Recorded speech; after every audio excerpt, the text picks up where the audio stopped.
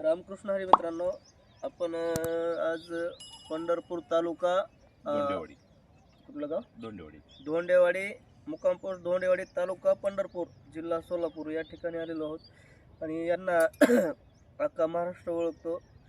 हे आपले जे वांग पीक आहे याच्याविषयी लावण्यापासून ते आपलं वांग मार्केटला जाईपर्यंत पूर्ण अभ्यासपूर्ण व्यक्ती आहे. ते पूर्ण अख्खा महाराष्ट्रभर आपलं मार्गदर्शन करतात. यांचे रोज रूट कर्नाटक, विदर्भ, पश्चिम महाराष्ट्र पूर्ण यांचा रोज बिझी शेड्यूल असतंय.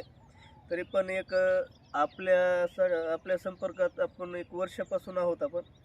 आणि एक 2 दिवस त्यांचं एवढं बिझी काम असून ते मला काल घ्यायला कुर्डवाडीला आले.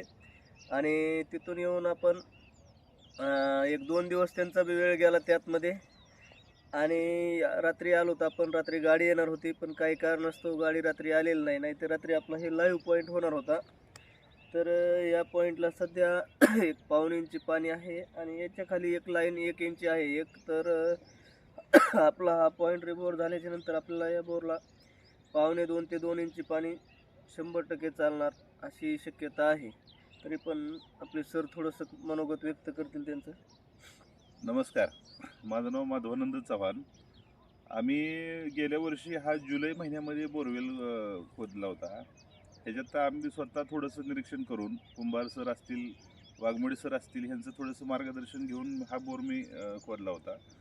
400 फुटापर्यंत आपल्याला ओल लागली होती. फक्त सर म्हणत होते थोडंसं अजून खाली न्यायला पाहिजे, परंतु आपण थोड्याशा अडचणीमुळं ते खाली नेता आलं नाही. 400 फुटापर्यंत थांबवलं. म्हणजे जे काय आसपासचे लोक आजूबाजूचे येतील ते थोडं सांगण्यामुळे हे थोडं प्रॉब्लेम आले की थांबायला पाहिजे, राग असेल खाली, ह्याच्यामुळे आपण ते थांबवलं 400 फुटावर.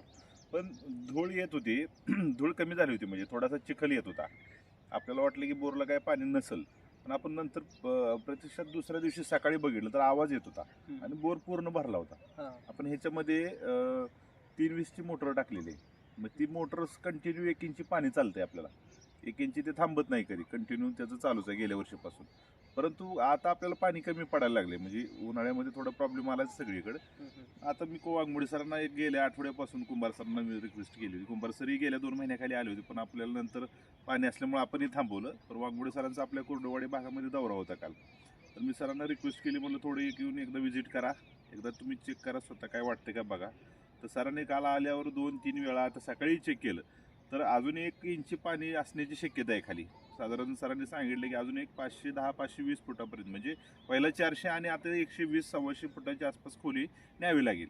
आता आपण आज बोरवेल येणार आहे, बघाय प्रयत्न करतोय आपण की ह्याच्यामध्ये अजून रिबोर करून आपल्याला हे मी व्हिडिओच्या माध्यमातून सरांना पाठवणारच आहे. सर यूट्यूबवरती तुम्हाला दाखवतील पुढच्या व्हिडिओमध्ये कशा पद्धतीने काय रिझल्ट मिळाले. आता इथं सरांचं हे असं लोकेशन दाखवा थोडं. हे असं एक एकर क्षेत्र आहे, 1.25 एकर क्षेत्र आहे. पूर्ण दाखवा गोल राऊंड.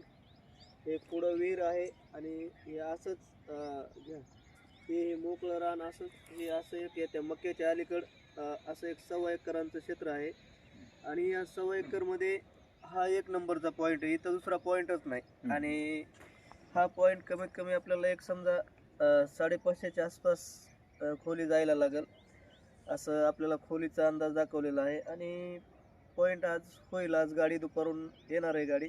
त्यानंतरचं पुढची कंडिशन आपण आपल्याला आपल्या यूट्यूब चॅनलवर आणि सरांच्या फेसबुकला पण पाहायला भेटेल. ठीक आहे. रामकृष्ण हरी. थोडंसं मला बोलायचं आहे की शेतकऱ्यांना थोडंसं बरेच व्हिडिओ असतील तुम्ही यूट्यूबला बघताय की बरेच सांगितलं जातं 4 इंची 5 इंची बोर असेल, पाणी आहे, असं फक्त हेडलाईन दाखवली जाते आणि त्याला शेतकरी बोलतात आपल्याला बळी पडते तर पाणी घेतात आणि फसतात. तर असं काय करू नका शेतकरी मित्रांनो. जे अभ्यासू व्यक्ती आहेत किंवा रोज त्यांची प्रॅक्टिस आहे, आता सरांचं चॅनल आहे जीवनधारा, भोजलधारा आहे कुंभार सरांचं, त्याच्यावर तुम्हाला बाकीचे जुने व्हिडिओ यांचे कुंभार सरांचे वाघमोडे चॉईस करतो, ह्या लोकांना फॉलो करतोय. तर ह्यांचं रिव्ह्यू चांगले शेतकऱ्यांचे. फेलर चान्सेस असतात, म्हणजे 100% गॅरंटी कुठलाही पानाडी देत नाही.